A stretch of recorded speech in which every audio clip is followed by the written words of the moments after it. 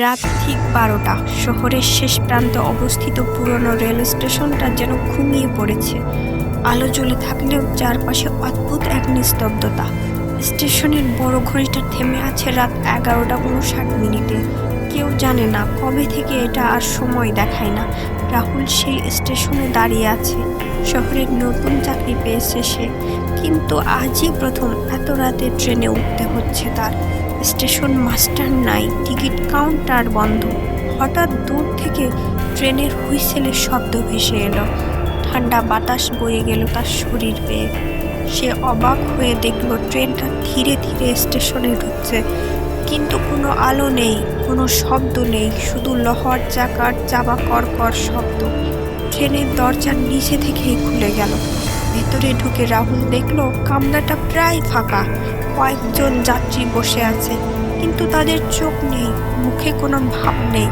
সবাই জানালার বাইরে তাকিয়ে আছে। রাহুলের বুক থক করে উঠল। সে একটা সিটে বসতেই ট্রেনটা চলতে শুরু করলো।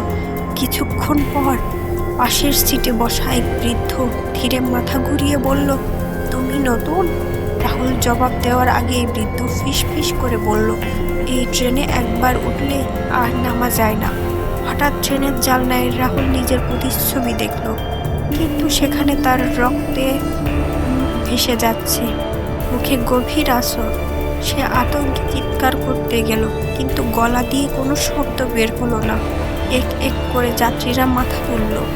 এবার রাহুল বুঝতে পারল ওরা কেউ জীবিত নয়। কারো গলায় ঘড়ির দাগ, কারো মাথা কাটা, কারো শরীর পুড়ে কালো। ট্রেনটা যেন কবরস্থানের ভেতর দিয়ে ছুটে চলেছে। হঠাৎ ট্রেন থামলো। বাইরে একটা বোর্ড, শেষ স্টেশন। বৃদ্ধ লোকটা দাঁড়িয়ে বলল, এটাই তোমার জায়গা। রাহুল দরজার দিকে দৌড় দিল, কিন্তু তার পা আটকে গেছে। সে টের পেল তার শরীরটা ধীরে ধীরে ঠান্ডা হয়ে যাচ্ছে। চোখের সামনে অন্ধকার নেমে এলো। পরদিন সকালে লোকজন স্টেশনের পাশে একটি অচেনা মৃতদেহ পেল। পকেটে একটা টিকিট, যাতে লেখা আছে শেষ স্টেশন।